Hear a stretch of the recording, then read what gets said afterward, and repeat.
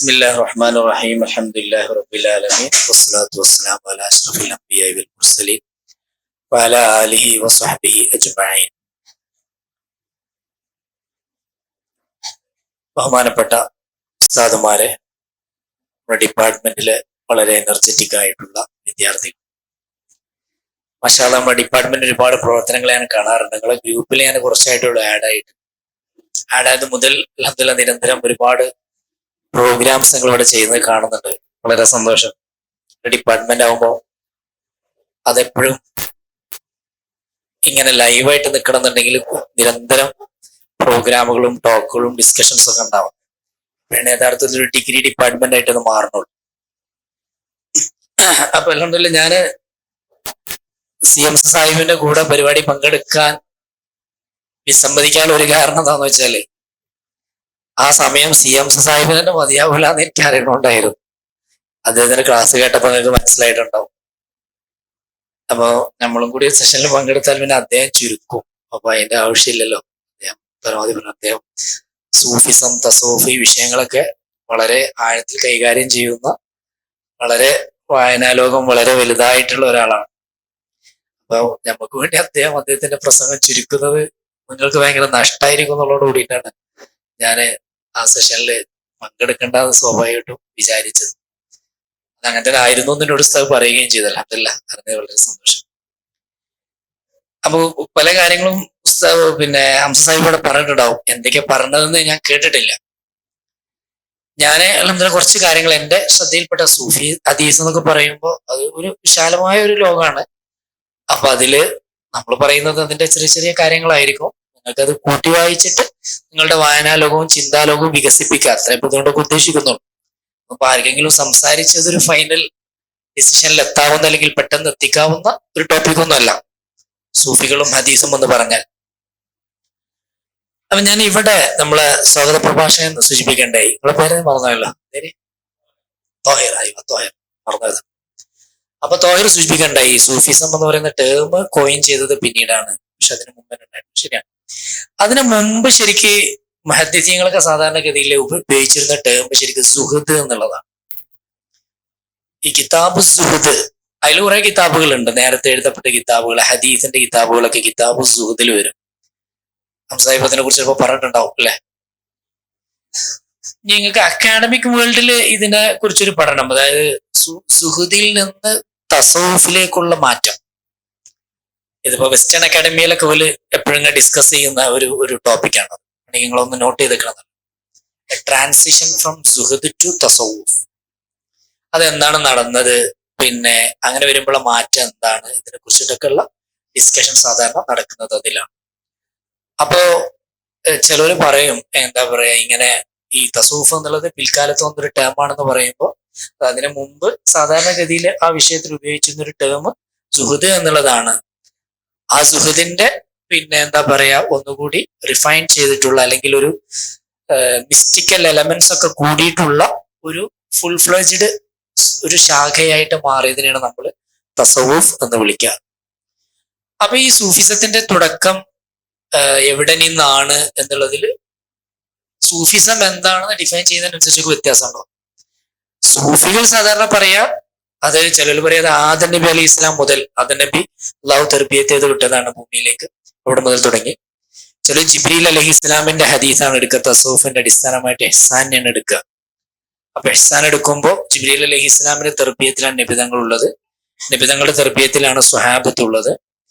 പിന്നെ അധിക സൂഫികളുടെയും സൂഫി ലീനിയേജ് പോവുക, ഇപ്പം ജീലാനിന്റെ ഒക്കെ നമ്മൾ എടുത്താല് ഷെയ്ഖ് അബ്ദുൽ ഖാദർ ജീലാനി റഹ്മത്തുള്ളാഹി അലൈഹി, അദ്ദേഹത്തിന്റെ ഒക്കെ എടുത്താല് ആ ഒരു സിൽസില കടന്നു പോവുക ഹസനുൽ ബസ്രി, പിന്നെ അലി റളിയല്ലാഹു അൻഹു, പിന്നെ നബിതങ്ങൾ, അങ്ങനെയാണ് പോകുക. അല്ലാതെ പോകുന്ന സിൽസിലകളുണ്ട്. ഞാൻ ഒരു ഉദാഹരണം പറഞ്ഞത് മാത്രം. അപ്പോ നബിതങ്ങളിൽ നിന്നൊരു പ്രത്യേകമായ തെർബിയത്ത് അലി റളിയല്ലാഹുവിന് കിട്ടി. അപ്പൊ അലി റളിയല്ലാഹുവിന് പ്രത്യേകമായ തെർബിയത്ത് ഹസനുൽ ബസ്രി കിട്ടി എന്ന് നമ്മൾ പറയാം. എന്നാൽ ഹദീസ് വേൾഡിലേക്ക് വരുന്നുണ്ടെങ്കിൽ ഹസനുൽ ബസ്രി അലി റളിയല്ലാഹുവിന് കണ്ടിട്ടുണ്ടോ എന്നുള്ളതിൽ മുഹദ്ദിസീങ്ങൾക്ക് ഇഖ്തിലാഫുണ്ട്.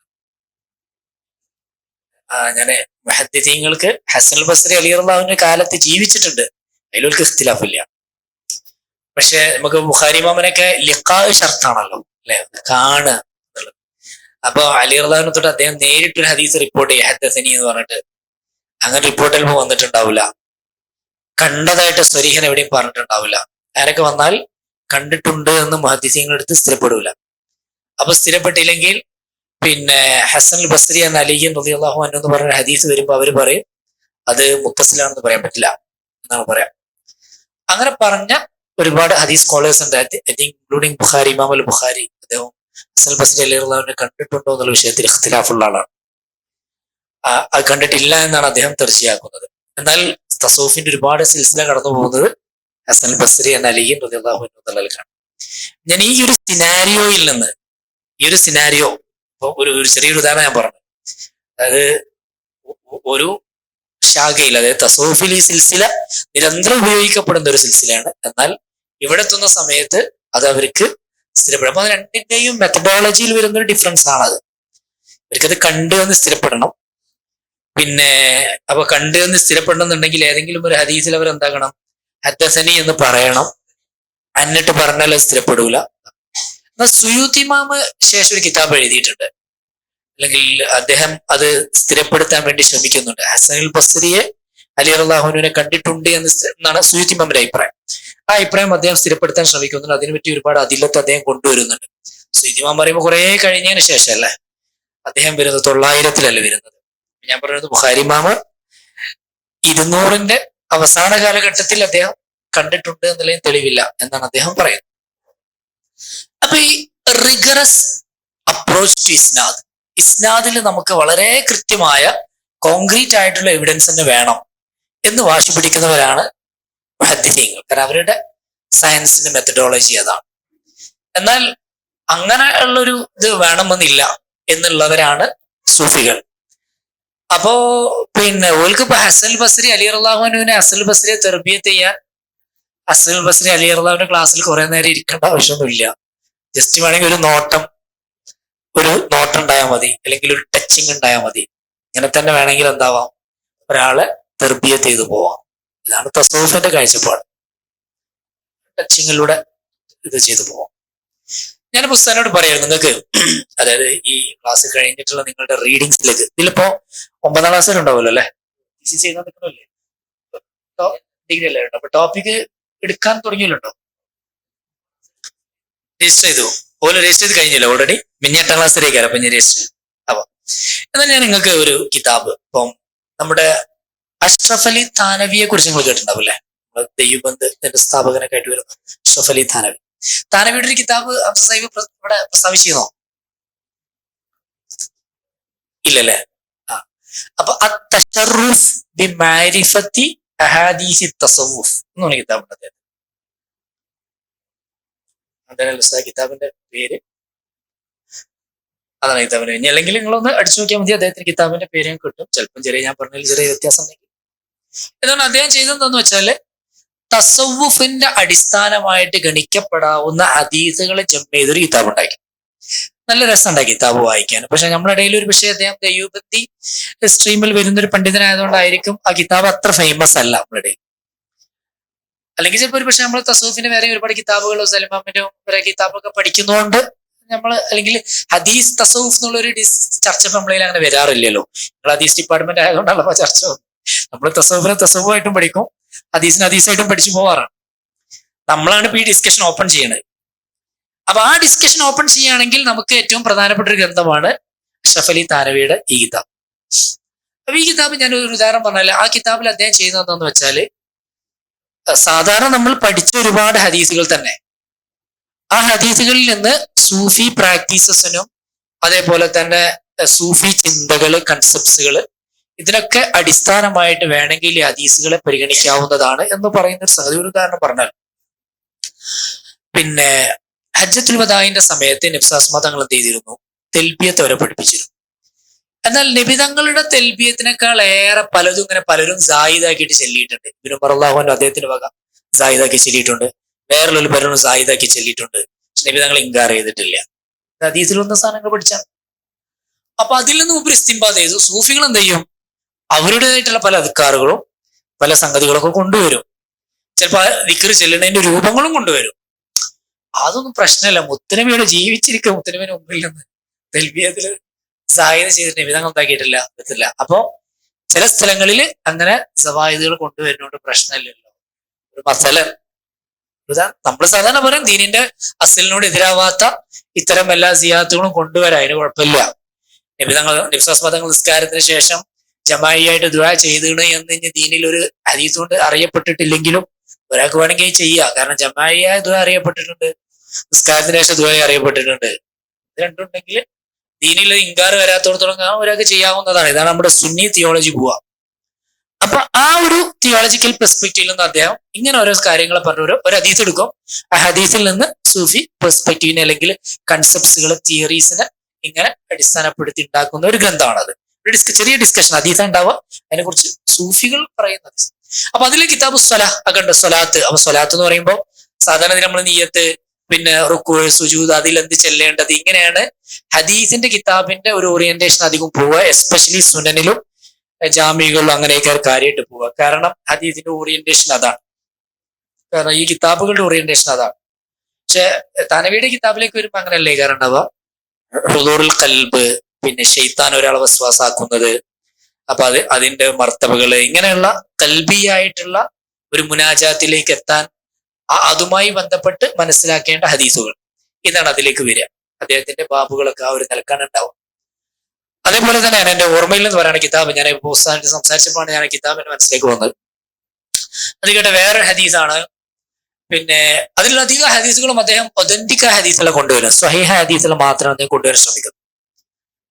അപ്പോ പിന്നെ നമ്മളിപ്പോ പറയാറില്ലേ, അബൂ ഹുറൈറ റളിയല്ലാഹു അൻഹു ഹിഫ്ള്, എനിക്ക് ഹിഫ്ള് ആവണില്ല എന്ന് പറഞ്ഞപ്പോ നബി തങ്ങൾ പറഞ്ഞില്ലേ എന്റെ രിദാ ഇങ്ങോട്ട് നിർത്തുന്നു പറഞ്ഞു. എന്നിട്ട് അതിലേക്ക് ഇങ്ങനെ കോരിയിട്ടു, എന്നിട്ട് അത് നെഞ്ചത്തോട് ചേർത്ത് പിടിക്കാൻ വേണ്ടി പറഞ്ഞു. ഈ ഹദീസ് അതേപോലെ തന്നെ ഉബയ്യ് ഇബ്നു കഅബ് റളിയല്ലാഹു അൻഹുവിന്റെ ഒരു വസ്വാസ് എനിക്ക് പിന്നെ ഒന്ന് നമ്മുടെ സബഅത്ത് ഹുറൂഫ്, ഖുർആൻ ഇറങ്ങിയത് സബഅത്ത് ഹുറൂഫിന്റെ മേലാണ്. അപ്പോ ഉമർ റളിയല്ലാഹു അൻഹു അദ്ദേഹവും തർക്കായി. അപ്പോ ഉമർ റളിയല്ലാഹു അൻഹു പറഞ്ഞു, ഞാൻ ഈ ഇത് ഇങ്ങനെയാണ് നബി തങ്ങൾ കേട്ടത്. ഞാൻ പറഞ്ഞു ഞാൻ അങ്ങനെയാണ് കേട്ടത്. അവനെ പിടിച്ചുകൊണ്ടേ നബി തങ്ങളുടെ അടുത്തേക്ക് നബി തങ്ങൾ രണ്ടോട് ഓതാൻ പറഞ്ഞു. രണ്ടോട് പറഞ്ഞു ഹക്കഥ ഉൻസില, ഹക്കഥ ഉൻസില, രണ്ടോട് പറഞ്ഞു ശരിയാണ്. എന്നിട്ട് പറഞ്ഞു അലാ സബഅത്ത് ഹുറൂഫ്. അപ്പൊ അദ്ദേഹത്തിന് ഭയങ്കര ഇഷ്ടമല്ല ഇതെങ്ങനെ സബഅത്ത് ഹുറൂഫിൽ ഉണ്ടാവാം. അപ്പൊ ഇതൊരു പ്രയാസം മനസ്സിലുണ്ടാക്കിയ സമയത്ത് അദ്ദേഹത്തോട് നബി തങ്ങൾ പറഞ്ഞു നിങ്ങളുടെ നാട്ടിലേക്ക് ഇമാമായിട്ട് പോകണം എന്നാണ്. അപ്പൊ ഞാൻ പറഞ്ഞു എന്റെ മനസ്സിൽ ഒരു വസ്വാസ് വരികയാണ്. അപ്പൊ നമ്മുടെ നബി തങ്ങൾ നെഞ്ചത്തോട് കൈ വെച്ചിട്ട് വിശ്വാസം വേണ്ട, വിശ്വാസം പോയി. അപ്പൊ ഇങ്ങനത്തെ സൂഫി പ്രാക്ടീസസ് ഇഷ്ടംപോലെ നമ്മൾ കാണുന്നുണ്ടാവും. ഇതൊക്കെ സൂഫികളാണ് ചെയ്യുക.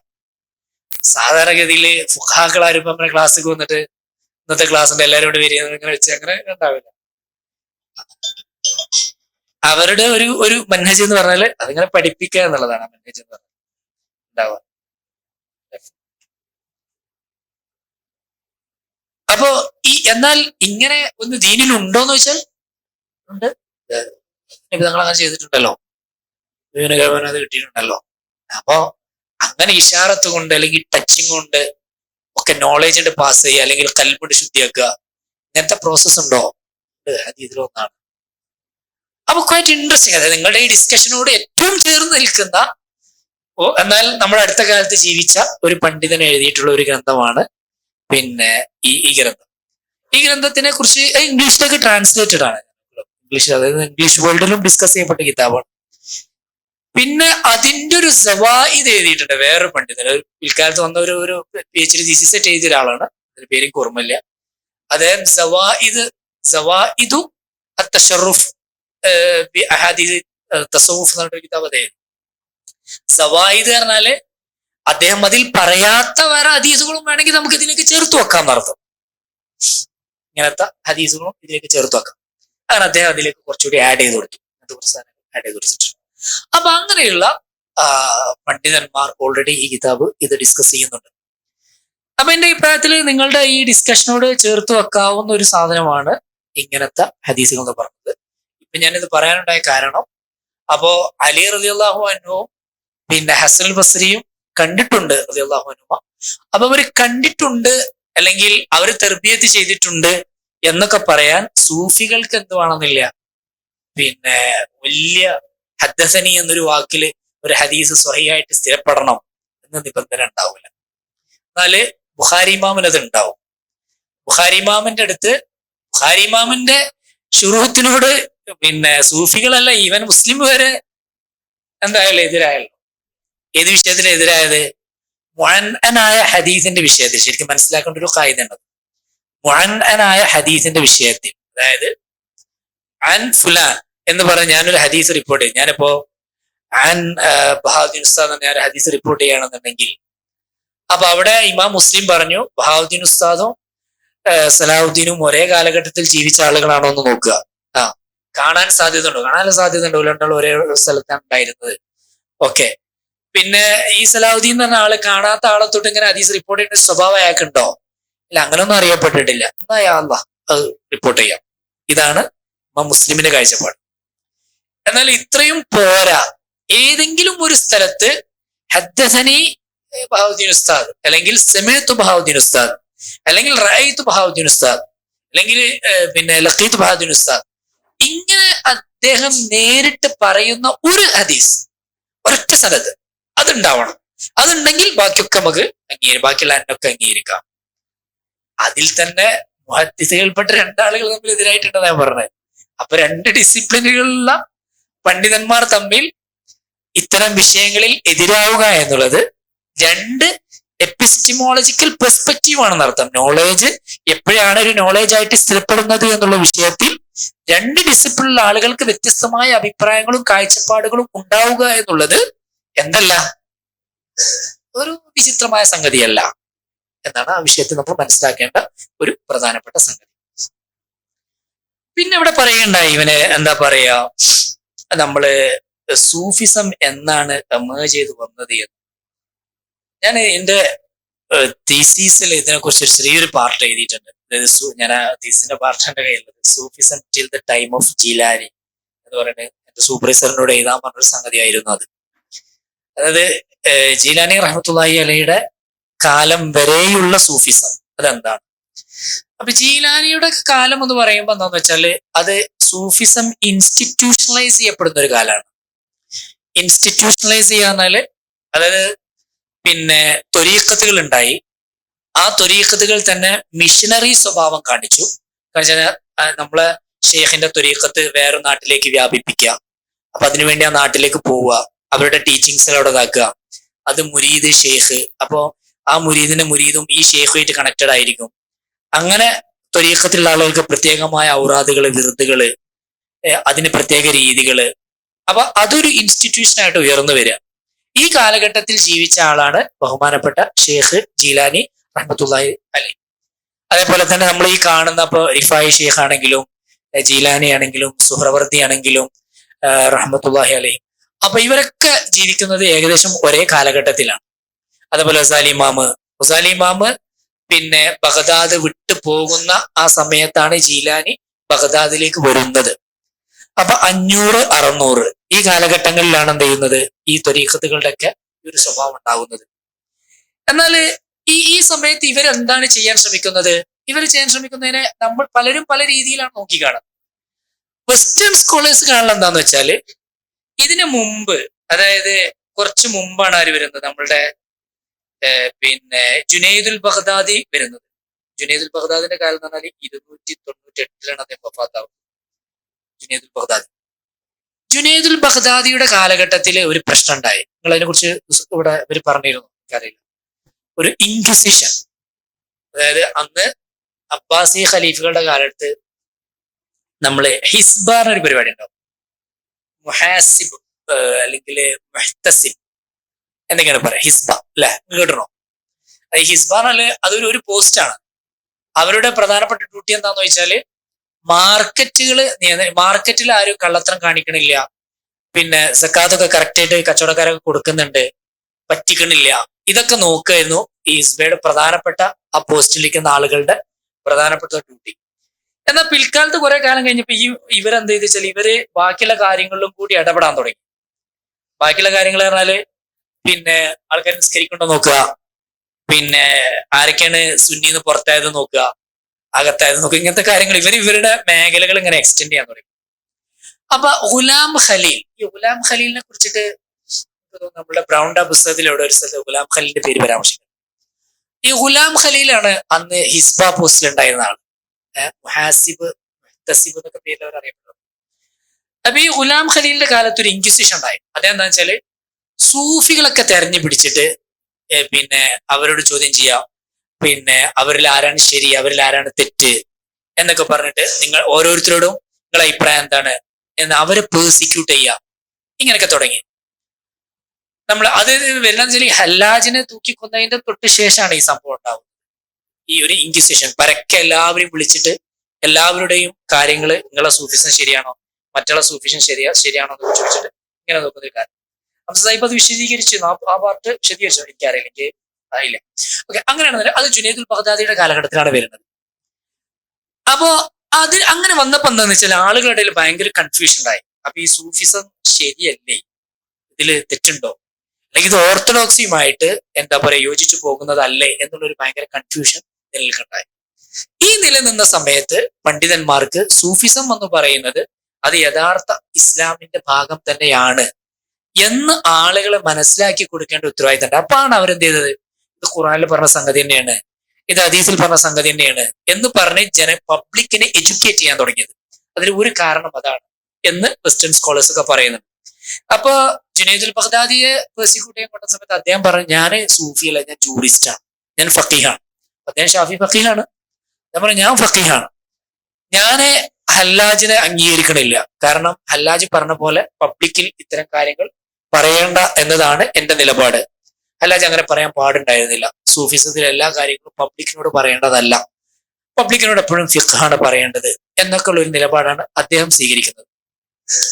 എന്നാൽ അദ്ദേഹത്തിന്റെ കണ്ടംപററി ആയിട്ടുള്ള ഒരു നൂരി ഉണ്ട്. ഉസ്താദ് പറഞ്ഞു അവിടെ നൂരിയെ കുറിച്ച് പറഞ്ഞിട്ടില്ല. നൂരി രണ്ടാളും രണ്ട് കാഴ്ചപ്പാട്. നൂരി എന്ന് പറഞ്ഞാൽ അദ്ദേഹം ലവിന്റെ ആളാണ്.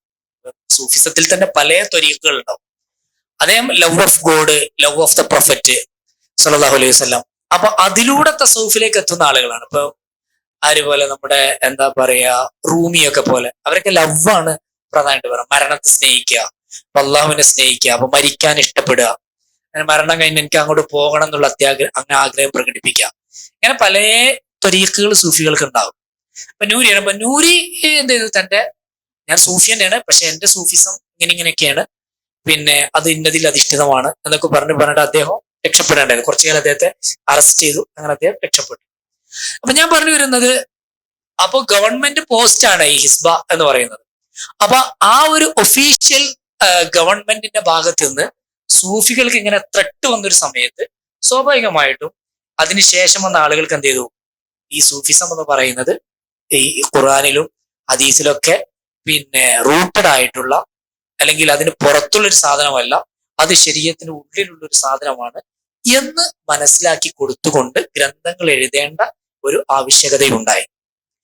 അതുകൊണ്ടാണ് അതിനുശേഷമാണ് എന്ത് ചെയ്യുന്നത്. അപ്പൊ അതിന് മുമ്പൊന്നും നമുക്ക് അങ്ങനെ എന്ത് ചെയ്യില്ല, ഈ സൂഫി മാനുവൽസോ അല്ലെങ്കിൽ നമ്മൾ അറിയപ്പെട്ട സൂഫി ഗ്രന്ഥങ്ങളൊന്നും അതിനു മുമ്പ് കാര്യമായിട്ട് നമുക്ക് കാണുന്നില്ല. ശേഷമാണ് ഈ ഗ്രന്ഥങ്ങളൊക്കെ വരുന്നത്. അപ്പൊ ഈ ഗ്രന്ഥങ്ങളിൽ ആദ്യമായിട്ട് വന്നിട്ടുള്ള ഒരു പ്രധാനപ്പെട്ട നമുക്ക് കിട്ടിയിട്ടുള്ള ഒരു ഗ്രന്ഥം എന്ന് പറയുന്നത് ലുമഅാണ്, കിതാബുൽ ലുമഅ. നിങ്ങൾ എന്റെ അഭിപ്രായത്തിൽ ഈ ഇതിന് നമുക്ക് പല നിലക്ക് കൊണ്ടുപോകാം. സാഹിബ് എങ്ങനെയാണ് ഈ വിഷയത്തെ കൊണ്ടുപോയത് എനിക്ക് അറിയില്ല. കാരണം സാഹിബ് എന്ന് പറയുമ്പോൾ സൂഫിസത്തിന്റെ പല തലങ്ങളെയും സ്പർശിക്കുന്ന ഒരാളാണ്. ഞാൻ അതിലെ വളരെ ലിമിറ്റഡ് ആയിട്ടുള്ള ഒരാളാണ്. അപ്പൊ അതുകൊണ്ട് അദ്ദേഹം കൊണ്ടുപോകുന്ന തല എങ്ങനെയൊക്കെ ഞാൻ ഇതിനെ പ്രധാനമായിട്ട് കൊണ്ടുപോകാൻ ഉദ്ദേശിക്കുന്നത് സൂഫി ഗ്രന്ഥങ്ങളിൽ ഹദീസ് എങ്ങനെയാണ് കോട്ട് ചെയ്യപ്പെടുന്നത് ആ ഒരു പെർസ്പെക്റ്റീവ് നിങ്ങൾക്ക് വേണമെങ്കിൽ വായിക്കാം. ഞാൻ ബഹുമാനപ്പെട്ട ജീലാനി ഷെയ്ഖിന്റെ ഒക്കെ കിതാബുകളിലെ ഹദീസ് എന്ന് പറയുന്നത് ആ ഒരു പെർസ്പെക്റ്റീവിലാണ് വായിക്കുന്നത്. അക്കാഡമിക്സിൽ അങ്ങനെ വായിക്കാനാണ് ഞാൻ ഇഷ്ടപ്പെടുന്നത്. അങ്ങനെയാണെങ്കിൽ സർറാജിന്റെ കിതാബ് ലുമഅ നിങ്ങൾ കണ്ടിട്ടുണ്ടോ? അല്ലെ കേട്ടിട്ടുണ്ടാവും അല്ലെ? കേട്ടില്ലേ? അപ്പോ പിന്നെ ഇവിടെ ഇവര് പിന്നെ 8ാം ക്ലാസ് ഇവിടെ എടുത്തില്ല പോലല്ലേ വിഷയം ആളുകൾ. അയ്യോ എവിടെ? അയ്യോ അയ്യോ ജമീൽ. അപ്പൊ നിങ്ങൾക്ക് വേണമെങ്കിൽ ഒരാൾക്ക് ഞാൻ നേരത്തെ പറഞ്ഞ കിതാബിനെ കുറിച്ച് ഒരു സ്റ്റഡി നടത്താവുന്നതാണ്. കിതാബ് പോപ്പുലറൈസ് ചെയ്യാം. താനവിയുടെ കിതാബ് ഒരാൾ വേണമെങ്കിൽ ഒരു വിഷയാക്കി എടുത്തോളി, നോട്ട് ചെയ്തോളി. ഒരാൾ താല്പര്യമുള്ള ആളുകൾക്ക് തസവുഫ് ഹദീസ് എന്നുള്ള വിഷയം താല്പര്യമുള്ള ആളുകളാണ്. അത്തശറുഫ് ബിമാരിഫത്തി അഹാദീസ് തസവുഫ്. ഇത് പഠിച്ചു വെക്കണം നല്ലതാണ്. കാരണം എന്താ വെച്ചാല് നമ്മള് ഹദീസിന്റെ ആൾക്കാരാണ്, നമ്മള് ഹദീസ് ഡിപ്പാർട്ട്മെന്റ് ആണ്. പക്ഷെ ലോകത്ത് ഇപ്പോ അറ്റ് പ്രസന്റ് ഹദീസിന്റെ ആളുകളായിട്ട് കൂടുതലും പോപ്പുലാരിറ്റി കിട്ടുന്നത് സലഫികൾക്കേക്കാണ്, സലഫികൾ തന്നെയൊക്കെയാണ്. അവരാണ് അവരുടെ ഡിപ്പാർട്ട്മെന്റുകളൊക്കെ പബ്ലിഷിങ്ങും കാര്യങ്ങളും ഒക്കെ ഉണ്ടാവും. അതുകൊണ്ട് നമ്മൾ എല്ലാ കിതാബിലും അൽബാനി അൽബാനി അൽബാനി എന്ന് അടിച്ചിട്ടായിരിക്കും. അപ്പോ അൽബാനി പറഞ്ഞാൽ ഒരു ട്രഡീഷണൽ സലഫിസത്തിന്റെ ഒരു പ്രധാന വക്താവാണ്. അപ്പോ അങ്ങനെ വരുമ്പോ ഇവരെന്താ വെച്ചാൽ എപ്പോഴും സൂഫിസത്തിനൊന്നും പിന്നെ എന്തില്ല, ഹദീസിൽ ബേസ് ഇല്ല എന്ന് പറഞ്ഞുകൊണ്ട് സൂഫിസത്തെ റിജക്ട് ചെയ്യുന്ന ഒരു സ്വഭാവമായിരിക്കും നമ്മൾ കാണുക. അങ്ങനെ വരുന്ന സമയത്താണ് സത്യത്തിൽ നമുക്ക് ഇതിന്റെ ദലീലുകളൊക്കെ പറയേണ്ടി വരിക. അല്ലാതെ തസവുഫിന്റെ ആൾക്കാര് അങ്ങനെ ദലീലൊന്നും പറഞ്ഞിട്ടല്ല അവര്, തസവുഫിന്റെ ആളുകളുടെ രീതി അതല്ല. ഞാൻ നേരത്തെ പറഞ്ഞ പോലെ ഒറ്റ നോട്ടം കൊണ്ട്, എങ്കിൽ സുഹബത്ത് കൊണ്ട്, അഖ്ലാഖ് കൊണ്ട്, അങ്ങനെയൊക്കെയാണ് തസവുഫിന്റെ ആളുകള് തങ്ങളുടെ മുരീദുമാരെ സ്വാധീനിക്കുകയും അവരതാക്കുകയൊക്കെ ചെയ്യാം. അവരുടെ രീതി അതാണ്. അത് അങ്ങനത്തെ ഒരുപാട് അനുഭവങ്ങൾ ചിലപ്പോൾ നിങ്ങൾക്ക് ഹംസ സാഹിബിന്റെ പ്രസംഗത്തിൽ കിട്ടിയിട്ടുണ്ടാവും. നമ്മള് പിന്നെ സാധാരണ പറയാറുണ്ട് ആരെ കുറിച്ചിട്ട്, നിസാമുദ്ദീൻ ഔലിയെ കുറിച്ച് പറയാറുണ്ട്. അദ്ദേഹത്തിന്റെ ഉറ്റ മുരീദായി മാറി ആര്, അമീർ ഖുസ്രു അല്ലെ. അമീർ ഖുസ്രു അതെങ്ങനെ പിന്നെ പാട്ടും പിന്നെ ഈ മ്യൂസിക്കും ഇതൊക്കെ ആയിട്ട് ഇങ്ങനെ ജീവിച്ചിരുന്ന ഒരാളാണ്. അപ്പോ അദ്ദേഹം നിസാമുദ്ദീൻ ഔലിയ താമസിക്കുന്ന വീടിന്റെ തൊട്ടടുത്ത് തന്നെ അദ്ദേഹം താമസിച്ചിരുന്നത്. നിസാമുദ്ദീൻ ഒന്നിങ്ങനെ വീട്ടിൽ നിന്ന് പുറത്തു പോകുമ്പോൾ സ്ട്രീറ്റിൽ അദ്ദേഹം ഉണ്ടാവും, ഇങ്ങനെ പാട്ടൊക്കെ പാടി അല്ലെങ്കിൽ ഇങ്ങനെ മ്യൂസിക് ഒക്കെ വായിച്ച് ഇങ്ങനെ ആയിരിക്കും അദ്ദേഹം ഉണ്ടാവും, അദ്ദേഹത്തെ കാണും. അപ്പോ ഒരു ദിവസം അദ്ദേഹത്തിന്റെ അടുക്കളൂടെ നടന്നു പോയ സമയത്ത് അമീർ ഖുസ്രു ഇങ്ങനെയൊക്കെ ജീവിച്ചാൽ മതിയോ എന്നൊരൊറ്റ ചോദ്യം അദ്ദേഹം ചോദിച്ചിട്ടുള്ളൂ. ആ വീണ അദ്ദേഹം വായിച്ചിരുന്ന വാദ്യോപകരണങ്ങൾ അവിടെ വെച്ചിട്ട് അദ്ദേഹം നിസാമുദ്ദീനോടൊപ്പം കൂടി അദ്ദേഹത്തിന്റെ ഖബർ നിസാമുദ്ദീന്റെ ഖബറിന്റെ തൊട്ടടുത്താണ്. അവിടെ പിന്നെ കുറെ തിയറികളോ അല്ലെങ്കിൽ കുറെ ആർഗ്യുമെന്റ്സോ ഡിബേറ്റ്സോ ഒന്നും. ഈവൻ ഞാൻ ഈ കിതാബ് തശറുഫ് മാരിഫത്തി ഹദീസ് തസവുഫ് ഥാനവിയുടെ കിതാബിൽ അദ്ദേഹം പറയുന്നുണ്ട് സൂഫികൾ പൊതുവെ ഡിബേറ്റ് ചെയ്യാറില്ല, ആ ഡിബേറ്റ് ഇഷ്ടപ്പെടാറില്ല. അപ്പൊ അതിനും അദ്ദേഹം എന്ത് ചെയ്തു, ഒരു ഹദീസ് കൊണ്ടുവന്നു. മൻ തറക്കൽ മിറാഅ വഹുവ മുഹിഖ് എന്നൊക്കെ പറഞ്ഞ ഹദീസ് ഉണ്ടല്ലോ, ലഹു ബൈത്തുൻ ഫീ റബദിൽ ജന്ന. അപ്പോ ഡിബേറ്റ് എന്നുള്ളത് എല്ലായ്പ്പോഴും എല്ലാ ആളുകൾക്കും ഇറ്റ്സ് നോട്ട് നെസസറി, അല്ലെങ്കിൽ അത് എല്ലാവരും ചെയ്യുന്ന ഒരു സാധനമല്ല. മുഹിഖാണെങ്കിലും ചിലയിടത്ത് ഡിബേറ്റ് ഒഴിവാക്കണേക്കാണ് നല്ലത്. അപ്പോ ചിലപ്പോ നമ്മള് സൂഫികൾ അവരുടെ അടുത്തൊക്കെ ചെല്ലുമ്പോ നമ്മള് ഭയങ്കര സംഗതികളൊക്കെ പറഞ്ഞ് ചെല്ലുന്ന സമയത്ത് അവരൊന്നും പറയാം, അവര് ചിലപ്പോ നമുക്ക് എന്താ നല്ല പത്തിരി ഇറച്ചൊക്കെ തിന്ന് പോയിക്കോന്ന് പറയും. നമ്മുടെ ആ വിഷയത്തിൽ ടോക്ക് ചെയ്യാൻ തന്നെ ഇഷ്ടപ്പെടുന്നുണ്ടാവില്ല. അപ്പൊ നമ്മൾ വീട്ടിലെത്തുമ്പോൾ ഇങ്ങനെ ആലോചിക്കും, ഞാനിപ്പോ അയാളോട് കുറെ വിമർശനങ്ങളൊക്കെ ഉന്നയിക്കാൻ പോയിട്ട് അയാളെ നന്നായിട്ട് സൽക്കരിച്ചു വിട്ടു, പിന്നെ നാളെ നമ്മൾ ചിലപ്പോൾ അദ്ദേഹത്തിന്റെ ഫാനായിട്ട് മാറും ചെയ്യും. ഇങ്ങനെയൊക്കെയാണ് ഇവര് ആളുകളെ എന്താ അവരുടെ ഒരു രീതി എന്ന് പറയുന്നത്. ആ രീതിക്ക് ഹദീസിൽ തെളിവുണ്ട് വെച്ചാൽ ഇഷ്ടം പോലെ തെളിവ് ഹദീസിൽ കാണാൻ പറ്റും. അതിന് നമ്മുടെ ഒരു മന്നേജാണ് അഖ്ലാഖിലൂടെ ആളുകളെ കീഴ്പ്പെടുത്തുക എന്നുള്ളത്. പിന്നെ നിബിധങ്ങളുടെ ത്രൂ ഔട്ട് ദ ഹദീസ് നോക്കിയാൽ കാണാൻ പറ്റുന്ന ഒരു സാധനമാണ്. അപ്പോ ഞാൻ പറഞ്ഞു വരുന്നത്, ഈ ഡിബേറ്റോ അല്ലെങ്കിൽ ഹദീസുകൾ പറഞ്ഞിട്ടോ ഖുർആൻ പറഞ്ഞിട്ടോ ഒന്നും അല്ല എന്ത് ചെയ്യുക, സൂഫികൾ അവരുടെ ലോകത്തെ കൊണ്ടുപോകുന്നതോ അവരുടെ തെർബിയത്തുകൾ നടത്തുന്നതോ ഒന്നും അങ്ങനെയല്ല. ഈവൻ ഞാൻ ജീലാനിയുടെ ഇതില് നമ്മുടെ സമ്ആനി അദ്ദേഹത്തിന്റെ കണ്ടംപററി ആയിട്ട് വരും. അപ്പൊ സമ്ആനിയുടെ ഒരു കിതാബില് അദ്ദേഹം ജീലാനിയെ കണ്ട ഒരു അനുഭവം പറയുന്നു. ജീലാനിയായിട്ട് ഇങ്ങനെ വലിയ പേഴ്സണൽ ബന്ധമൊന്നും അദ്ദേഹം പുലർത്തുന്നില്ല, പക്ഷെ ജീലാനിയുടെ ക്ലാസ്സിൽ അദ്ദേഹം പങ്കെടുക്കുന്നു. അപ്പൊ അദ്ദേഹം പറയണ, ഒന്നുകിൽ എന്റെ ഓർമ്മ ശരിയാണെങ്കിൽ സമ്മാനി അദ്ദേഹത്തിന്റെ തന്നെ അനുഭവം പറഞ്ഞു, അല്ലെങ്കിൽ വേറെ സദസ്സിൽ ഉണ്ടായ ഒരു അനുഭവം. എന്റെ ഓർമ്മ ശരിയെങ്കിൽ അദ്ദേഹത്തിന്റെ തന്നെ അനുഭവം. അപ്പൊ സമ്മാനി പറയാണ്, ഞാൻ ക്ലാസ്സിലേക്ക് ഇരുന്നപ്പോ ഒരു കുട്ടി എന്ത് ചെയ്യുന്നുണ്ട്, ജീലാനിക്ക് ഇങ്ങനെ കിതാബ് വായിച്ചു കൊടുക്കണം, ഖിറാഅത്തുൻ അല ശൈഖ്. ജീലാനിക്ക് രണ്ട് ഐഡന്റിറ്റി ഉണ്ട് കേട്ടോ. അദ്ദേഹം ഒരേ സമയം തസവുഫിന്റെ ഒരാളായിട്ടും തെർബിയത്തിന്റെ ഷെയ്ഖായിട്ടും ആലിമുമാണ്. അദ്ദേഹം ക്ലാസ് എടുക്കുന്നുണ്ട്, അത് ഹദീസൊക്കെ പഠിപ്പിക്കും, ഫിഖ് പഠിപ്പിക്കും. അദ്ദേഹം തന്നെ ഇപ്പോ പിന്നെ ഹംബലി ഫിഖ്ഹിലെ മുത്തഖദ്ദിമീങ്ങളിൽ പെടുന്ന ആളാണ്. ആര്, ജീലാനി എന്നൊക്കെ പറയുന്നത്. അവരുടെ ഗ്രന്ഥങ്ങള് കാര്യങ്ങൾ അഭിപ്രായങ്ങളൊക്കെ ഹംബലി മദ്ഹബിലെ അഭിപ്രായങ്ങളാണ്. അപ്പൊ അദ്ദേഹം ഫഖീഹ് കൂടിയാണ്. അപ്പൊ ഹദീസ് അദ്ദേഹത്തിന്റെ അടുത്ത് പഠിക്കുന്നുണ്ട്. ഇപ്പൊ നമ്മുടെ അബ്ദുൽ ഖനി അൽ മഖ്ദിസി, അദ്ദേഹം നമ്മൾ ഹദീസിൽ വലിയ പണ്ഡിതനാണ്. അദ്ദേഹം ജീലാനിന്റെ സ്റ്റുഡന്റ് ആണ്, ഹദീസ് പഠിച്ചിട്ടുണ്ട് ജീലാനിൽ നിന്ന്. അപ്പൊ തസവുഫിന്റെ മാത്രം ഒരു ഷെയ്ഖായിട്ടല്ല അദ്ദേഹം അറിയപ്പെടുന്നത്, അദ്ദേഹം ഒരു ഫുൾ ഫ്ലെഡ്ജ്ഡ് സ്കോളർ പറയുന്ന ഒരു സംഗതി ഉണ്ട്. അദ്ദേഹം ഖസാലി ഇമാമിന്റെ ആദ്യകാലം എന്ന് പറയുമ്പോൾ അദ്ദേഹം എല്ലാ ഫന്നിലും ഉഷാറായി, എല്ലാ ഫന്നിലും ഗ്രന്ഥങ്ങൾ രചിച്ചൊക്കെ ചെയ്തു. പക്ഷെ പിന്നെ അദ്ദേഹം തന്റെ അവസാന കാലഘട്ടത്തിൽ അദ്ദേഹം എന്താ വെച്ചാൽ തസവുഫിലേക്ക് മാത്രം അദ്ദേഹത്തെ റെസ്ട്രിക്റ്റഡ്, ലിമിറ്റ് ചെയ്തു. പിന്നെ ഖസാലി ഇമാം ഫിഖ്ഹും ഇതൊന്നും ദർസെടുത്ത് നമ്മൾ കാണുന്നില്ല. ഗസാലി ഇമാമ്. പിന്നെ ഫിഖ്ഹിനൊക്കെ അദ്ദേഹം തസവുഫിലേക്ക് മേർജ് ചെയ്യാണ് ചെയ്യുന്നത്. അല്ലാതെ അദ്ദേഹത്തിന്റെ പഴയ ആ ഡിബേറ്റുകളോ ഡിസ്കഷൻസോ ഒന്നും പിന്നെ അദ്ദേഹം നടത്തുന്നത് കാണുന്നില്ല. എന്നാൽ ജീലാനി അങ്ങനെ ആയിരുന്നില്ല. അദ്ദേഹം ഒരേ സമയം തസവുഫിന്റെ ഷെയ്ഖും ഒരേ സമയം തസവുഫിന്റെ കാര്യങ്ങളൊക്കെ നടത്തുന്നതോടൊപ്പം അദ്ദേഹത്തിന് എന്തുണ്ട്, ഫിഖ്ഹിന്റെ ക്ലാസ് ഉണ്ട്, ഹദീസിന്റെ ക്ലാസ് ഉണ്ട്. അത് അങ്ങനെ തന്നെ അദ്ദേഹം ആ ഡിസിപ്ലിനുകളെ കൊണ്ടുപോകുന്നുണ്ട്. ഇങ്ങനെ നമുക്ക് രണ്ട് വ്യത്യാസങ്ങൾ അവരുടെ ജീവിതത്തിൽ കാണാൻ കഴിയുന്നുണ്ട്. അപ്പൊ ഞാൻ പറഞ്ഞു വരുന്നത്, സമ്മാനി പറയണേ, അപ്പൊ ആ ക്ലാസ്സിൽ ഇരിക്കുന്ന സമയത്ത് കുട്ടി ഇങ്ങനെ ഏറാബ് തെറ്റി വായിക്കുന്നുണ്ട്. അപ്പൊ ഏറാബ് തെറ്റി വായിക്കുമ്പോ സ്വാഭാവികമായിട്ടും മൂല്യന്മാർക്ക് ഏറാബ് തെറ്റി വായിച്ച സമ്മാനി പറയുമ്പോ ലുഗയിലും ഒരു മുത്തഖസ്സിസ് ആയിട്ടുള്ള ആളാണ്. അപ്പൊ അങ്ങനത്തെ ഒരാൾക്ക് നമ്മളെ നന്നായി കിതാബ് തന്നെ ഒരു ഉസ്താദിന് തന്നെ ഏറാബ് തെറ്റി വായിച്ചാൽ അയാളെ കുറിച്ച് എല്ലാം മതിപ്പും പോവല്ലോ. അല്ല അങ്ങനെ പ്രത്യേകിച്ച് നമ്മളെ ബഹാദുദ്ദീൻ ഉസ്താദൊക്കെ അപ്പൊ നമ്മള് ദ്വാരനാലൊക്കെ ഉസ്താദിന് തെറ്റുണ്ടായാലും നമുക്ക് അറിയാം, അവർക്കൊക്കെ അറിയാം, ഭയങ്കര അസ്വസ്ഥതക്കാരം. ഇപ്പൊ ഞമ്മക്ക് ചിലപ്പോ തോന്നി അപ്പൊ ചെറിയ ചെറിയ തെറ്റുകളൊക്കെ ഇപ്പൊ ഇങ്ങനെ പറയണ്ടോ. അപ്പൊ അല്ലെ, പിന്നെ മാസിയ്യത്ത് എന്ന് ദ്വാരനാൽ ഉസ്താദ് ഇങ്ങനെ അസ്വസ്ഥനാകുന്നു. മാസിയ്യത്ത് എന്നില്ല, മാസിയ്യത്ത് എന്നുള്ളൂ, ഇയ്യത്ത് വേണ്ട. ഇതൊക്കെ ഉസ്താദ് തിരുത്തും ചെയ്യും. അപ്പൊ എന്താന്ന് വെച്ചാല് അതെന്താ വെച്ചാൽ അത് അറിവുള്ള ആളുകൾക്ക് അതൊരു അസ്വസ്ഥത ആയിരിക്കും അവർക്കത്. അല്ലെ, ഒരാളിങ്ങനെ മലയാളം തെറ്റി പറഞ്ഞ നമ്മള് തിരുത്തുമല്ലോ, കാരണം എന്താ നമുക്കത് അസ്വസ്ഥത ഉണ്ടാവും. അപ്പൊ സമ്മാനിക്ക് ഭയങ്കര അസ്വസ്ഥത. അപ്പൊ സമ്മാനിങ്ങനെ മനസ്സിൽ വിചാരിച്ചു, ഈ വലിയ പണ്ഡിതനാണെന്ന് എല്ലാവരും പറഞ്ഞു, പക്ഷെ ഇദ്ദേഹം ഇറാബ് കുട്ടി തെറ്റി വായിച്ചിട്ട് തിരുത്തണില്ലല്ലോ എന്ന്. അപ്പോ കുറച്ച് കഴിഞ്ഞപ്പോ ജീലാനി ഇങ്ങനെ പറഞ്ഞത്, നമ്മളെ ക്ലാസ്സിൽ ചില ആളുകൾ വന്നിരുന്നിട്ട് അവര് വിചാരിക്കുകയാണ് നമ്മളെന്താ ഇറാബ് തിരുത്താത്തത്, ഇറാബ് തിരുത്താത്തത്. അപ്പൊ സമ്മാനി പറയാം, ഇത് ഇന്നെ കുറിച്ചല്ലേക്ക് വേറെ ആരെങ്കിലും കുറിച്ചായിരിക്കും പറഞ്ഞു. അത് ഞാൻ നിങ്ങളെ കുറിച്ച് തന്നെയാണ് പറയുന്നത് എന്ന് അദ്ദേഹത്തോട് പറഞ്ഞു. അതോടുകൂടി സമ്മാനിക്ക് കിളി പോയി. അപ്പൊ അദ്ദേഹം പറയുന്നുണ്ട്, ഏറാബ് എന്നുള്ളതല്ല നമുക്ക് ഇവിടെ പ്രധാനം, ഇതിന്റെ കണ്ടന്റ് ആണ് പ്രധാനം. നിങ്ങള് തെറ്റ് പറഞ്ഞാലും എന്നാലും നിങ്ങളുടെ ഹൃദയത്തിലേക്കാണ് അള്ളാഹു നോക്കുന്നത്. നമുക്ക് ഏറാബ് തിരിയാത്തോണ്ടല്ല എന്നൊരൊറ്റ വാക്ക് അദ്ദേഹം പറഞ്ഞോടുകൂടി എന്റെ കിളി പോയി എന്ന് പറയുന്നത്. അപ്പൊ ഞാൻ പറഞ്ഞു വരുന്നത്, അദ്ദേഹത്തോട് ഇവിടെ ഏറാബ് എന്താണ് എന്ന് ഡിബേറ്റ് ചെയ്യുന്നില്ല, ഏറാബ് തിരുത്തൊന്നുമില്ല, ഡിബേറ്റ് ചെയ്യുന്നില്ല. പക്ഷെ സമ്മാനി പറയാണ്, വേറെ ആർക്കെങ്കിലും ഇത് മനസ്സിലായിട്ടുണ്ടോ എനിക്കറിയില്ല, എനിക്ക് മനസ്സിലായി, എന്നെ പറ്റിയാണ് ഈ പറഞ്ഞതെന്നും ഞാൻ നിങ്ങളെ കുറിച്ച് തന്നെയാണ് പറയുന്നത് അദ്ദേഹത്തോട് പറഞ്ഞു ചെയ്തു. പക്ഷെ വേറെ ആളുകൾക്ക് ഇത് മനസ്സിലായി എനിക്കറിയില്ല, എനിക്ക് മനസ്സിലായി, അദ്ദേഹം എന്റെ ഹൃദയം വായിച്ചു. ഇത് അദ്ദേഹം എഴുതി വെക്കുന്നുണ്ട്. അപ്പോ ഇങ്ങനെ ഈ ജിലാനിയെ കുറിച്ച് പിന്നെ ഇബ്നു തൈമിയ പറഞ്ഞൊരു സംഭവമുണ്ട്. ഇബ്നു തൈമിയ പറയാറാണ്, ഞാൻ ഖാദിരിയാണ്. ഇബ്നു തൈമിയക്ക് പിന്നെ നമ്മുടെ ഫുതൂഹുൽ ഗൈബ് എന്ന് പറയുന്ന ജീലാനിയുടെ കിതാബിന് ഒരു ഷറഹ് ഉണ്ട്, ഒരു ഷറഹ് അദ്ദേഹം എഴുതിയിട്ടുണ്ട്.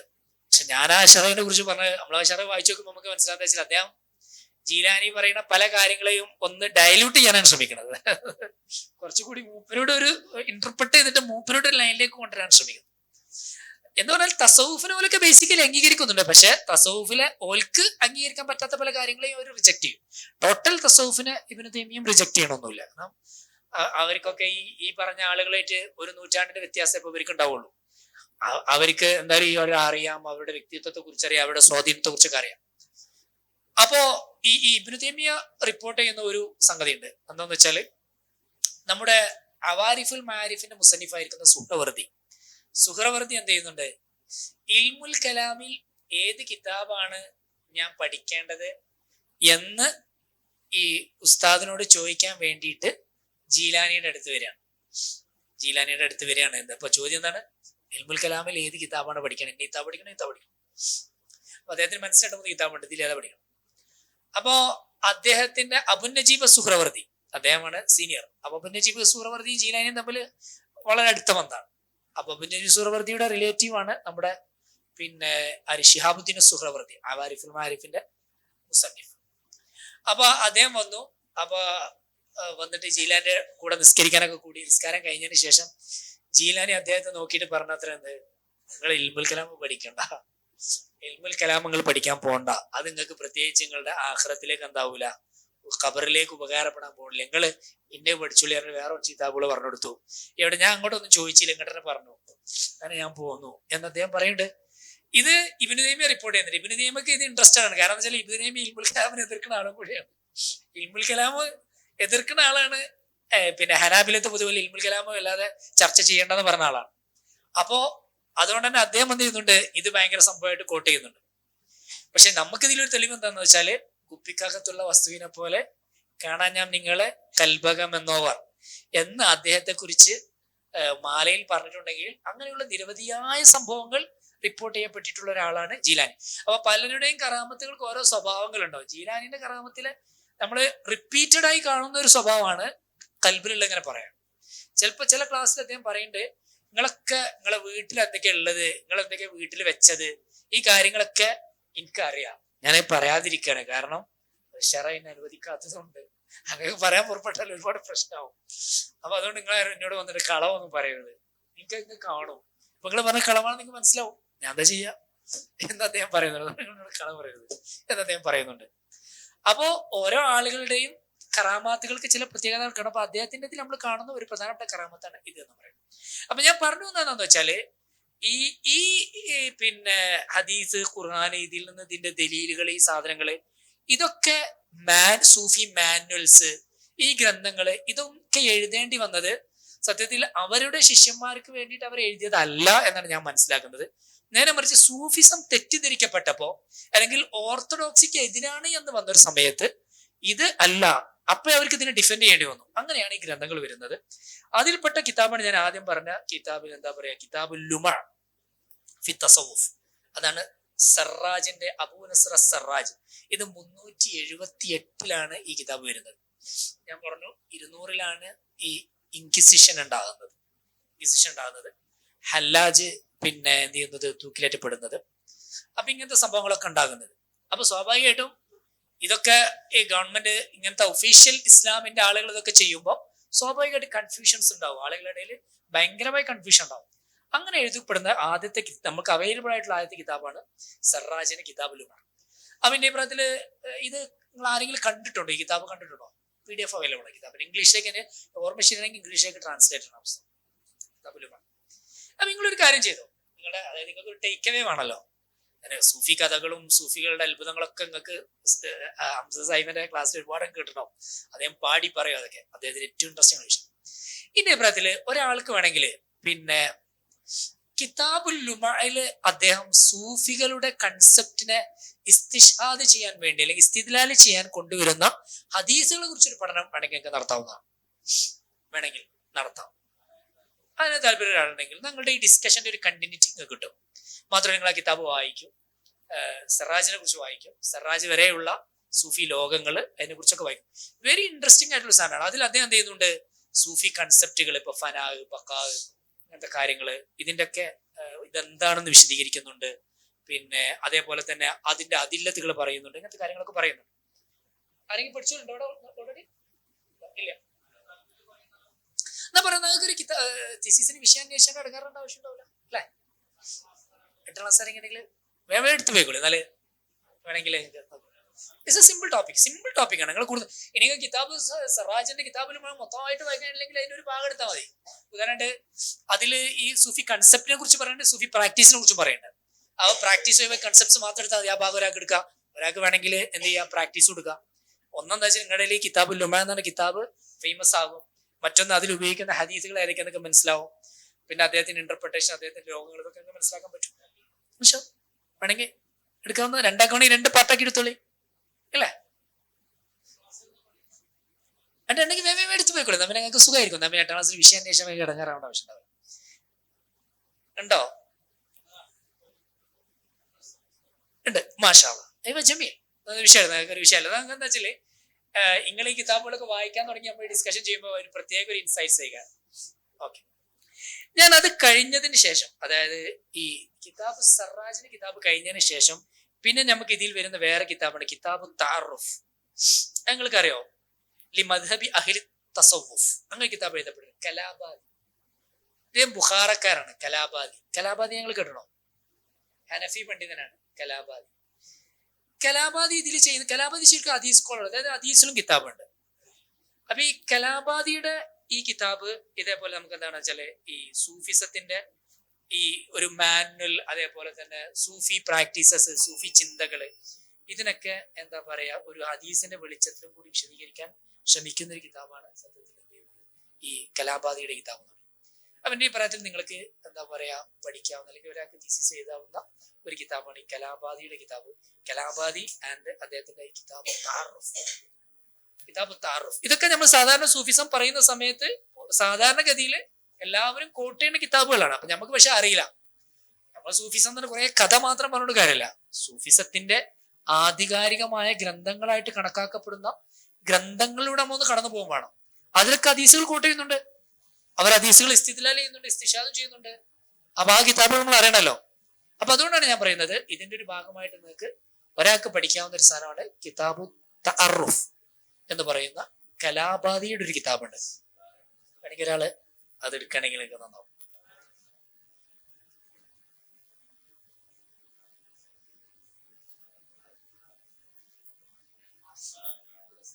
ആരാണ്?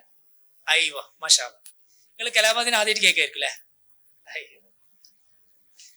കലാബാദി വലിയൊരു പണ്ഡിതനാണ്, ഹനഫി പണ്ഡിതനാണ്, തസവുഫിന്റെ ആളാണ്.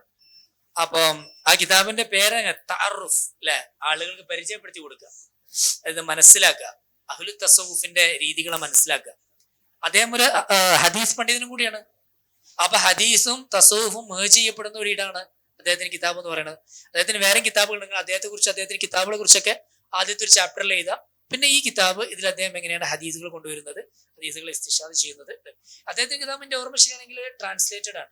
AJ Arbre എന്നൊന്ന് ട്രാൻസ്ലേറ്റ് ചെയ്ത് ഇംഗ്ലീഷിലേക്ക് ഒന്ന് ചെക്ക് ചെയ്താൽ മതി. എനിക്ക് കുറെ കിതാബുകളുണ്ട്, ഏത് കിതാബാന്ന് ഒരു ഡൗട്ട് വന്നു മാത്രം. പിന്നെ നിങ്ങൾക്ക് കുറച്ചുകൂടി ഫേമസ് ആയ ഒരു കിതാബായിരിക്കും കൂത്തുൽ കുലൂബ് അല്ലെ? അത് നിങ്ങൾ കേട്ടിട്ടുണ്ടാവും.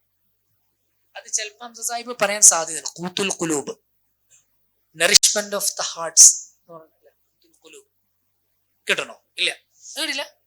കൂത്തുൽ കുലൂബ് ഇഹ്യാ ഉലൂമുദ്ദീനിലെ ഗസാലി ഇമാം ഇടക്കിടക്ക് കോട്ട് ചെയ്യും.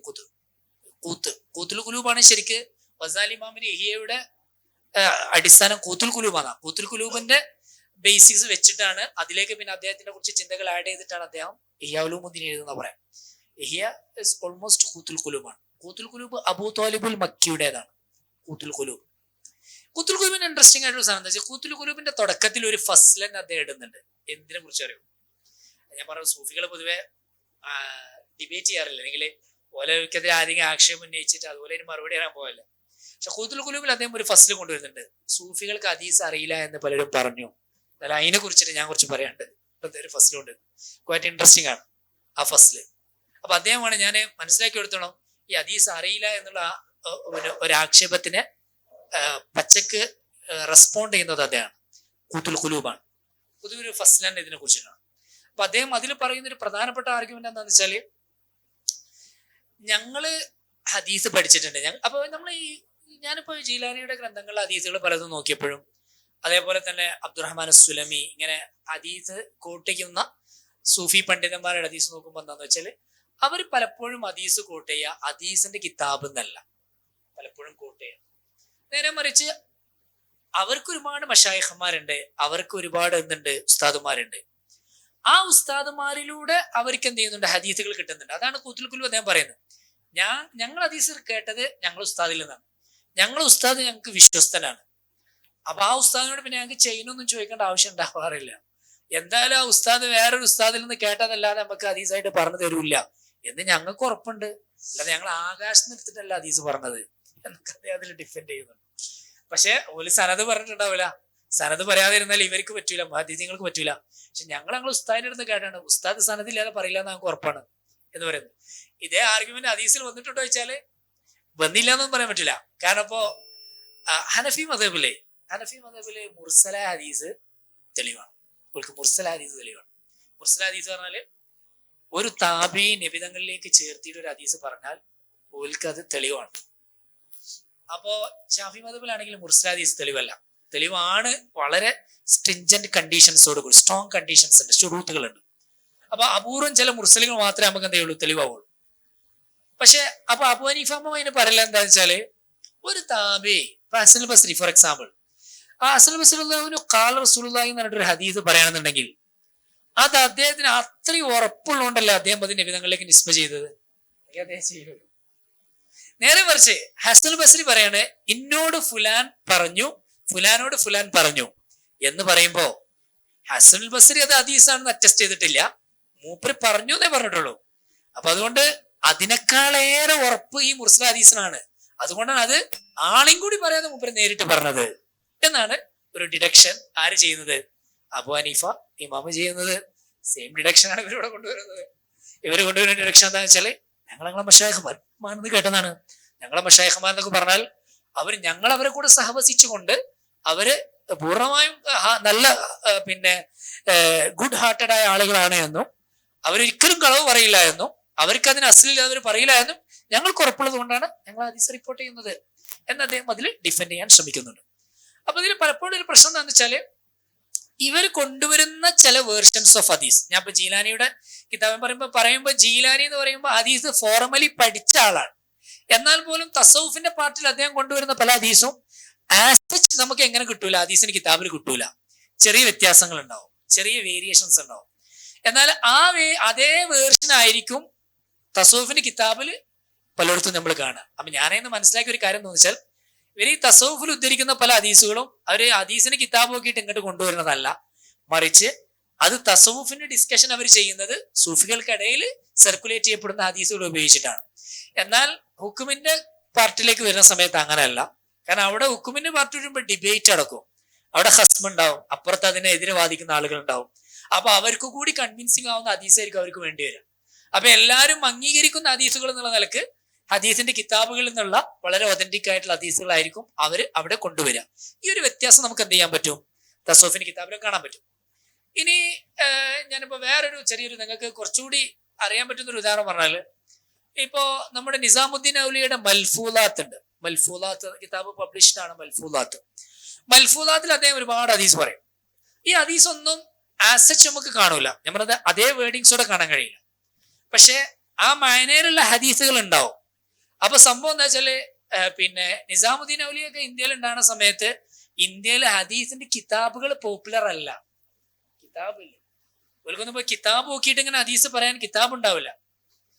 നേരെ മറിച്ച് ഈ ഹദീസിന്റെ അന്തസത്തെ ഒരു എക്സ്ട്രാക്ട് ചെയ്തിട്ടുള്ള മീനിങ്സ് ഉണ്ടാവും.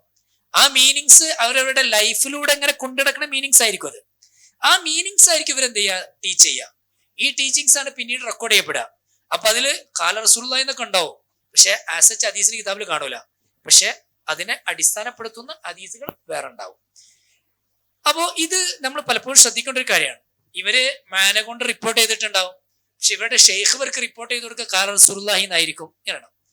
ഞാന് പിന്നെ നിങ്ങൾക്ക് ഇപ്പൊ നിങ്ങളെ ഒരു ഉസ്താദ് കാണിച്ചതൊരു വീഡിയോയില് ഹംസ സാഹിബ് പറയുന്നുണ്ട് ഗസാലി ഇമാമിന് ഹദീസ് അറിയില്ല എന്ന് ചില ആളുകൾ വാദിച്ചിട്ടുണ്ട്. അത് ഈ ഹദീസ് അറിയില്ല എന്ന് വാദിച്ചു എന്ന് മാത്രമല്ല, ഇപ്പം പലരും പറഞ്ഞിട്ടുണ്ട്. ഉദാഹരണമായിട്ട് എനിക്ക് തോന്നുന്നത് സുബ്കി ഇമാമ് വരെ അങ്ങനെ ആരോപണം തബക്കാത്തിൽ ഉന്നയിക്കുന്നുണ്ട്. അതെ, ഹദീസ് അറിയില്ല എന്ന് പറഞ്ഞാൽ യാനി ഹദീസ് കമാ ഇൻദൽ മുഹദ്ദിസീൻ, അങ്ങനെ അവരതേറ്റ് മുആമലത്ത് ചെയ്യുന്നില്ല എന്നാണ് പറയേണ്ടി വരും. ഹദീസിനെ മുഹദ്ദിസീങ്ങൾ മുആമലത്ത് ചെയ്ത പോലെയാണോ മുആമലത്ത് ചെയ്യേണ്ടത്, അതല്ല വേറെ രൂപത്തിൽ മുആമലത്ത് ചെയ്യാൻ പറ്റുമോ? അതാണ് ഖൂത്തുൽ ഖുലൂബിൽ അദ്ദേഹം പറയുന്നത്.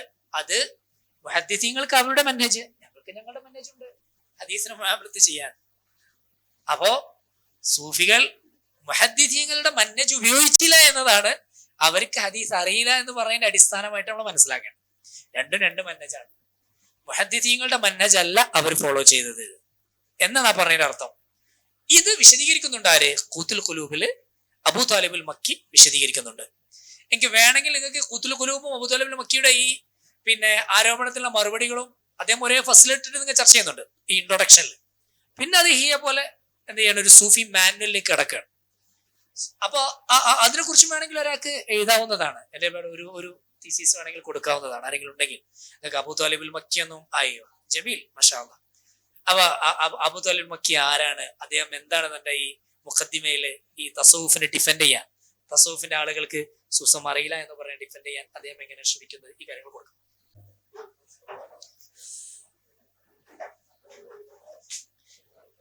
അപ്പൊ ഈ ഞാൻ ഈ പറഞ്ഞ സാധനങ്ങളൊക്കെ എന്ന് പറഞ്ഞാല് സൂഫിസം അതിന്റെ ഒരു കിതാബ്, അതായത് അതിനെ കുറിച്ചൊന്ന് കിതാബ്. പിന്നെ നമുക്ക് ഈ സൂഫിസത്തിൽ ഉണ്ടാകുന്ന വേറെ ടൈപ്പ് ഓഫ് ഒരു ജനറൽ ഓഫ് കിതാബ് പറഞ്ഞാല് സൂഫികളെ കുറിച്ച് എഴുതപ്പെട്ട കിതാബാണ്. ഇപ്പൊ ഹില്യത്തുൽ ഔലിയ നിങ്ങൾ കേട്ടിട്ടുണ്ടാവും അല്ലെ? ആരതാ അറിയാം? ഹില്യത്തുൽ ഔലിയ നിങ്ങൾ കേട്ടില്ല?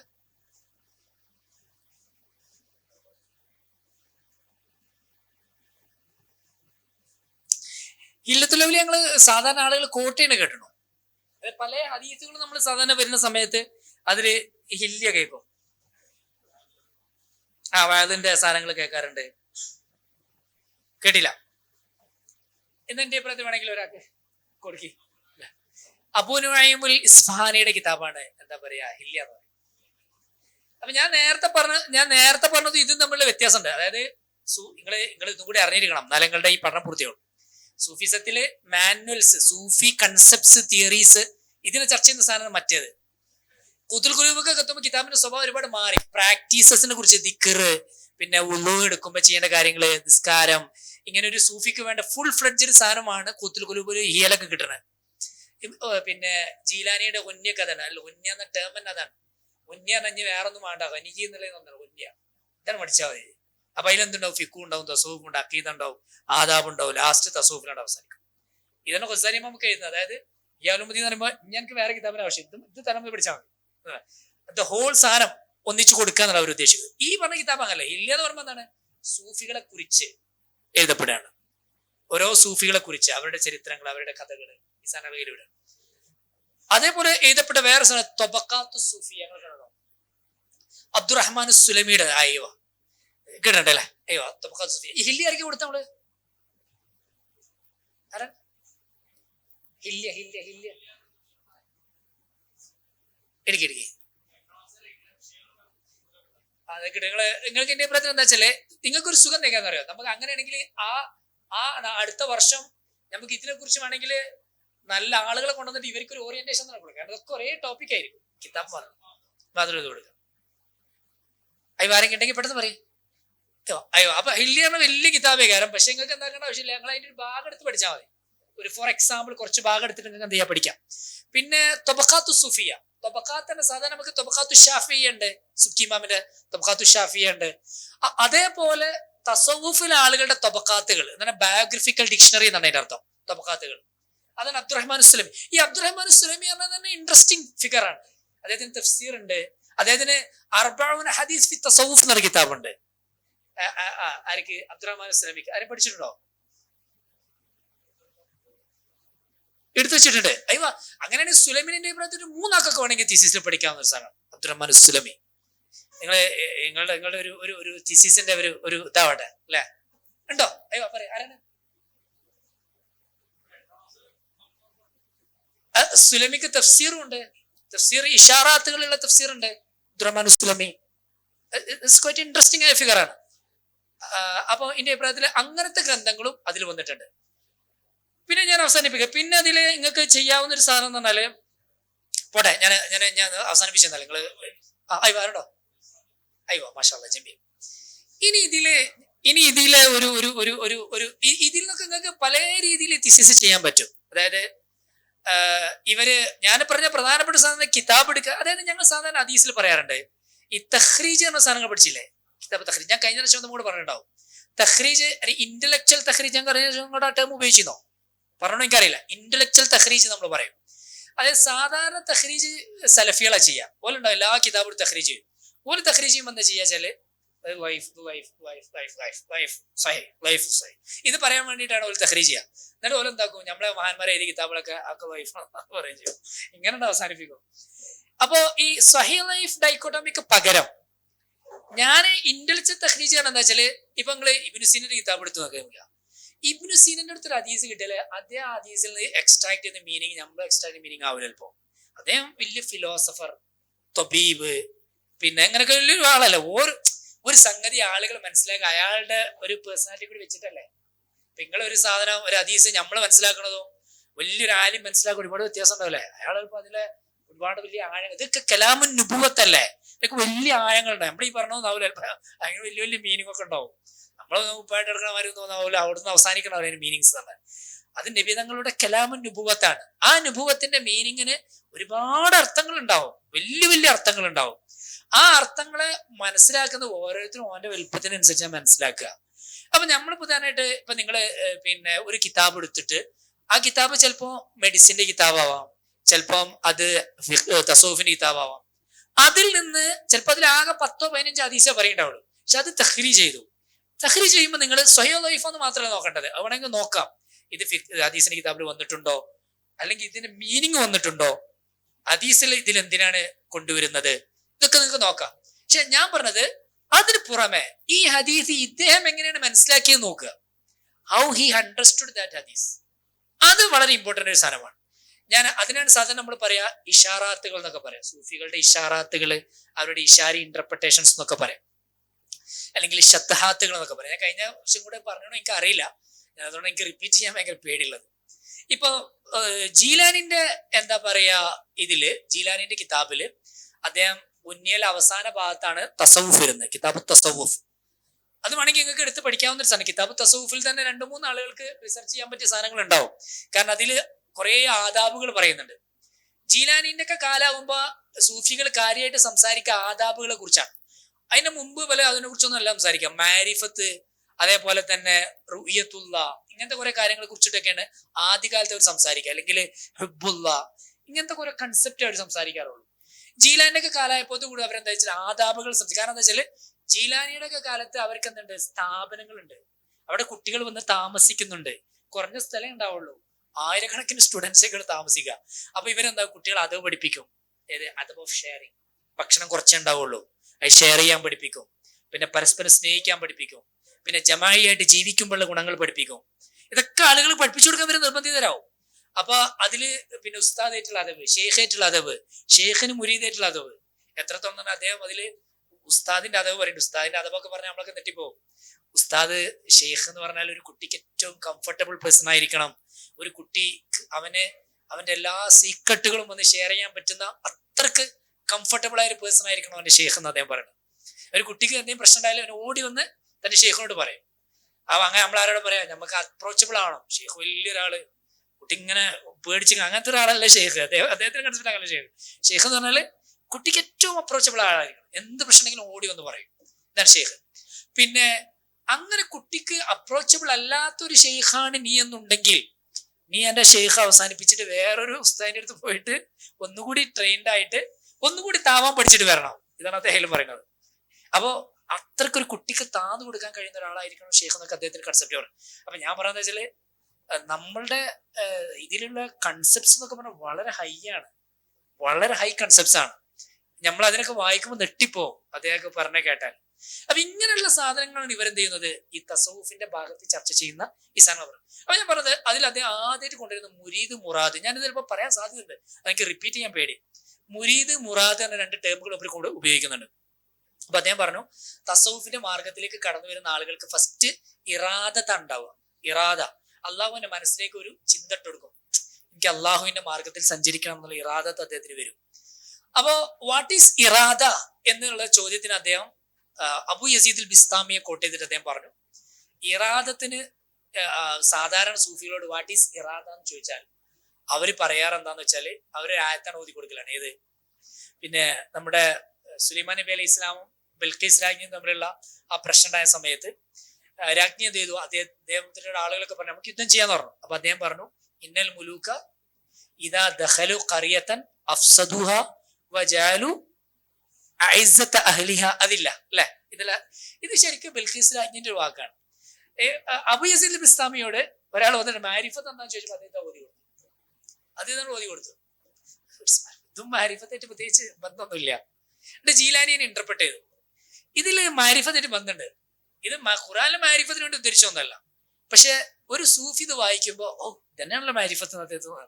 അപ്പൊ എന്താ വെച്ചാല് ഒരു സൂഫിയുടെ മനസ്സിലേക്ക് ഇറാദത്ത്, ഒരു കുട്ടിയുടെ മനസ്സിലേക്ക് അള്ളാഹുവിന്റെ ഇറാദത്ത് കയറിക്കഴിഞ്ഞാൽ പിന്നെ അന്ന് വരെ ഓന്റെ മനസ്സിലുണ്ടായിരുന്ന സാധനങ്ങളൊക്കെ ഉണ്ട് പൊടിഞ്ഞു വീഴുകയും ഒരു ആന കരിമ്പത്തോട്ടത്തിൽ കയറിമാരി പിന്നെ ഓനക്ക് വേറെ പല ലക്ഷ്യങ്ങളും വേറെ അതുവരെ ഐസത്തായി കണ്ടിരുന്ന സാധനങ്ങളൊക്കെ അന്ന് മുതൽ അതില്ല. അതിൽ ഓൻ കണ്ടിന് എനിക്ക് IAS ആവണം, എനിക്ക് അതാവണം, എനിക്ക് ഇതാവണം, ഇങ്ങനെ ഓരോ കോട്ടകൾ അവന് മനസ്സിലുണ്ടാവും.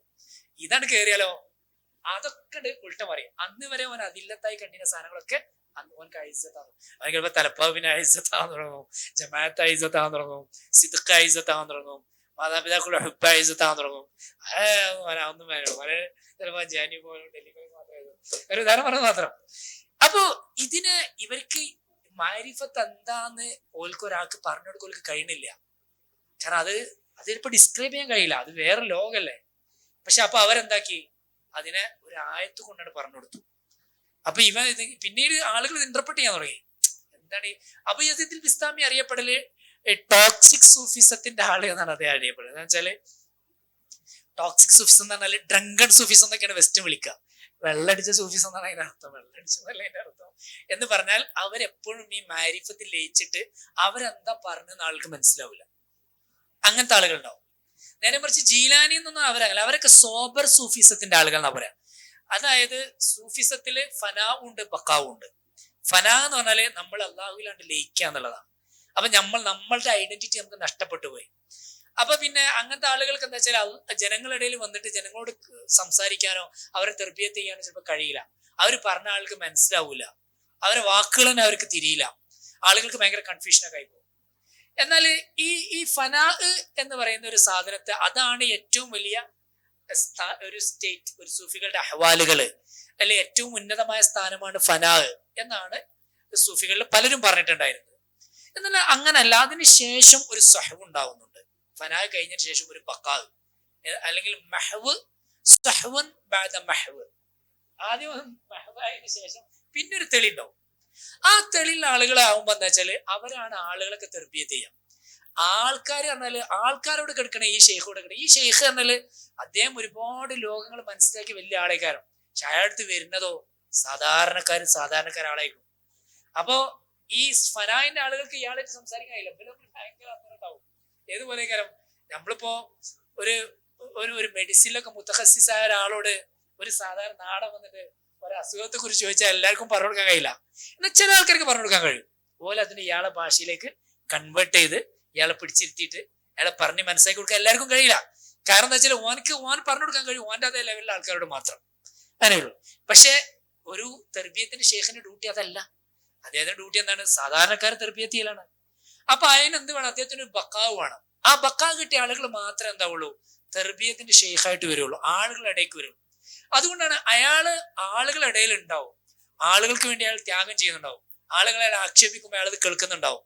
പക്ഷെ നമുക്ക് ചിലപ്പോൾ അയാൾ സൂഫിയായിട്ടൊന്നും തോന്നൂല.